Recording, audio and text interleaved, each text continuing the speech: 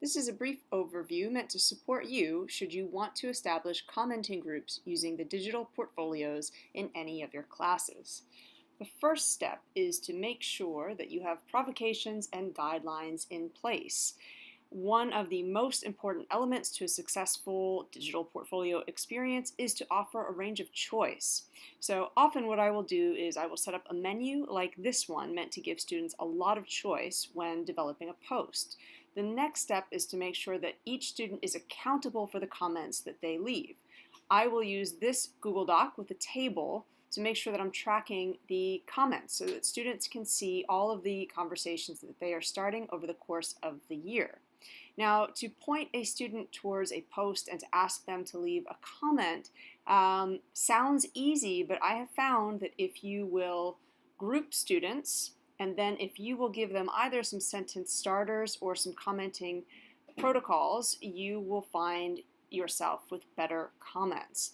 So you see this Google Doc, and I linked to it in the post. The first few times around, I would probably group my students. So this example asks students just to put in their name and hyperlink their post, and the colors are meant to signify the groups. So probably what I would do on my Google Doc is actually get rid of those colors, and then I would create color groups. I find the first few times that makes it a little bit easier. So the thinking is, if I am in a group of 4, 3 different students are going to read and leave me a comment, and I am going to read the work of 3 other students and leave them a comment as well.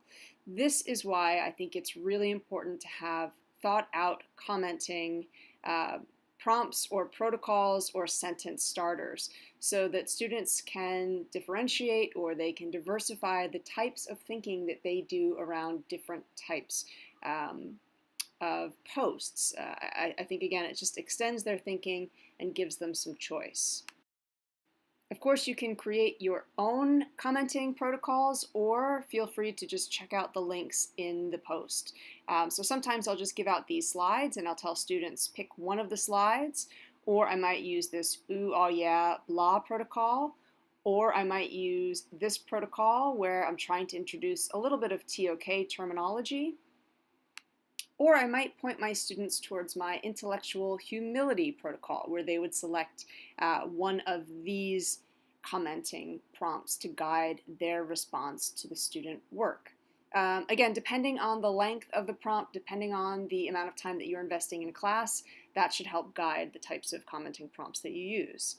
Lastly, it's really important to make time for moderation. And what I mean by that is if students are leaving a comment on one another's posts, no comment appears without that student approving it.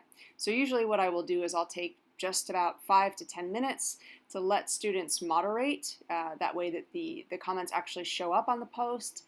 And as a bare minimum, I will ask them at least say thank you for the comments that you've received, or consider extending that conversation. Again, all of the resources that I've mentioned in this tutorial are available for you in the post. Or if you would like to co-teach a lesson where you're setting up commenting groups, please let me know. Thank you.